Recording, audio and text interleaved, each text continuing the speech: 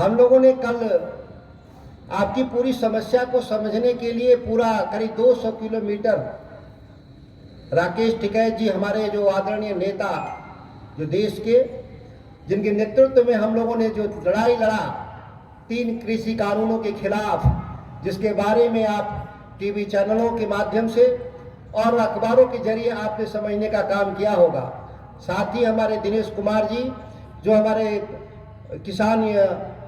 भारतीय किसान यूनियन के संयोजक भी बिहार, हम दोनों तीनों साथ में पूरा यात्रा जो किए, तो पूरा केवल देखा जाए तो इसको मैं नए नजरिए से देखता हूं। समस्या यहां भ्रष्टाचार का है जो मेरी कल समझ हुआ, क्योंकि पैसे का कोई अभाव नहीं और लोगों का सहयोग की भी कमी नहीं।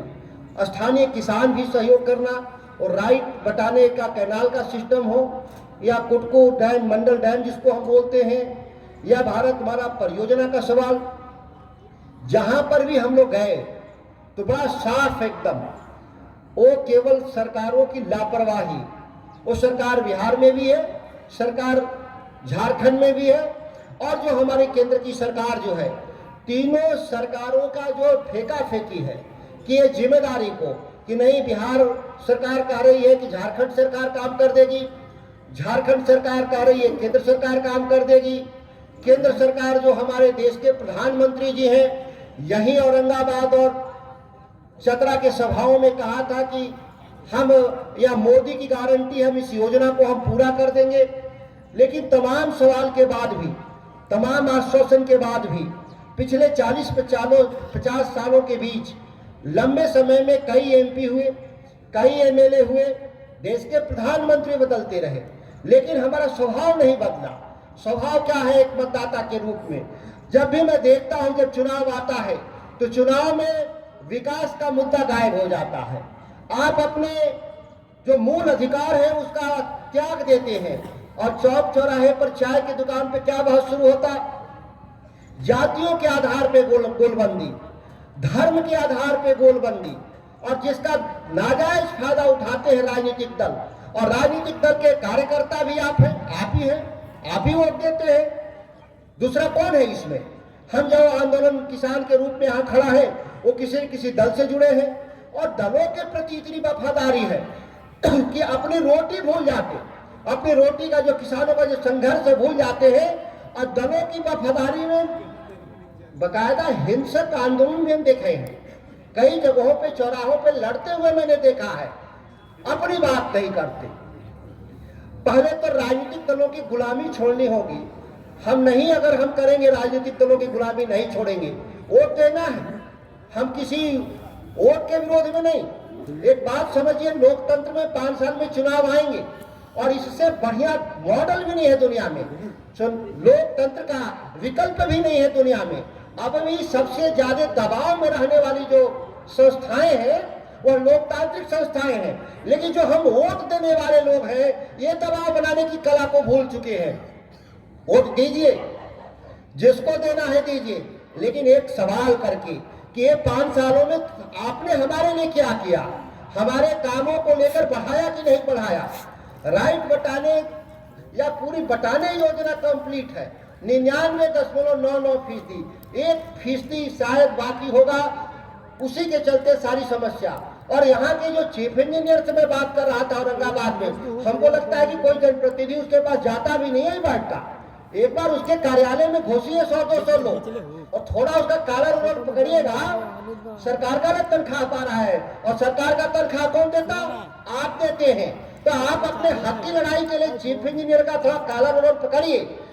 कल वो नहीं बता पाया पूरे दिन भर में कि बटाने परियोजना से कितना हेक्टेयर का पटवन होना था और उसके एवज में कितना हुआ, और नहीं हुआ तो क्यों नहीं हुआ। और मुझको कहा कि 500 हेक्टेयर का पटवन हुआ।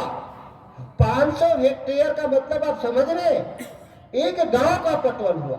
और कितनी की योजना होगी बटाने? हजारों करोड़ की योजना से केवल एक गांव के बराबर पटवन हुआ। इससे सर्वनाश की स्थिति में मानता ही नहीं। और सरकार में जो लोग हैं बैठे हुए, झारखंड की सरकार, बिहार की सरकार या भारत की सरकार, मुझे तो नहीं लगता किस तरह से सरकारें चलाई जाती हैं। लेकिन अधिकारियों को नकेल कसिए, ये बहुत छोटा है, ये तो निर्माण हो गया है। केवल अधिकारियों को नकेल कसिएगा या जनप्रतिनिधियों को थोड़ा कस दीजिए।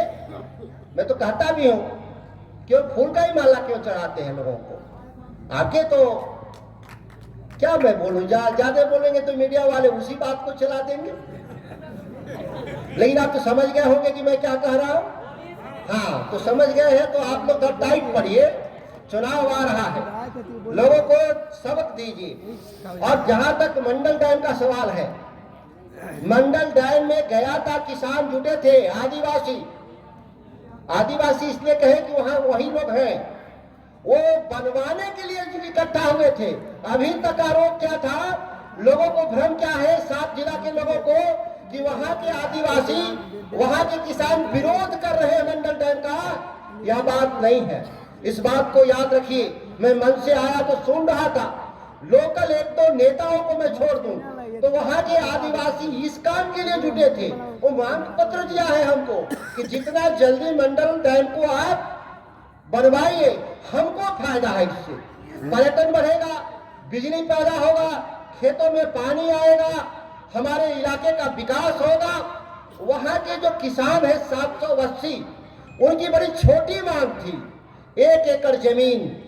जंगलों में एक उद्योगपतियों को, देश के धन्ना सेठों को 10-10 हजार एकड़ देने का काम देश की सरकार ने किया है खनन के लिए।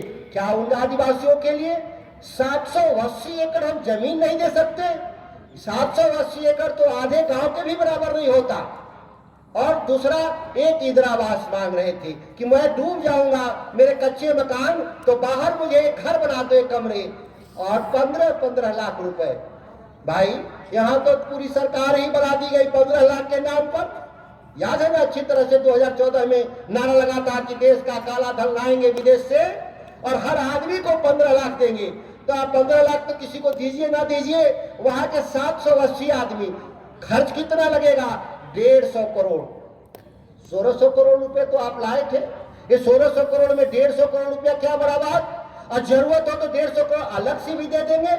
एक सड़क बनती है तो 200 करोड़ 300 करोड़ की सड़क बनती है, और इससे 7 जिला के किसानों का भाग्य पलट जाएगा।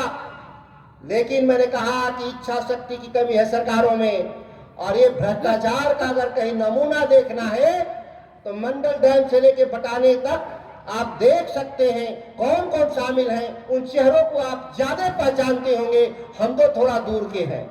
साथियों, ये भारतमाला परियोजना का काम हो रहा है कलकत्ता से बनारस जोड़ने के लिए।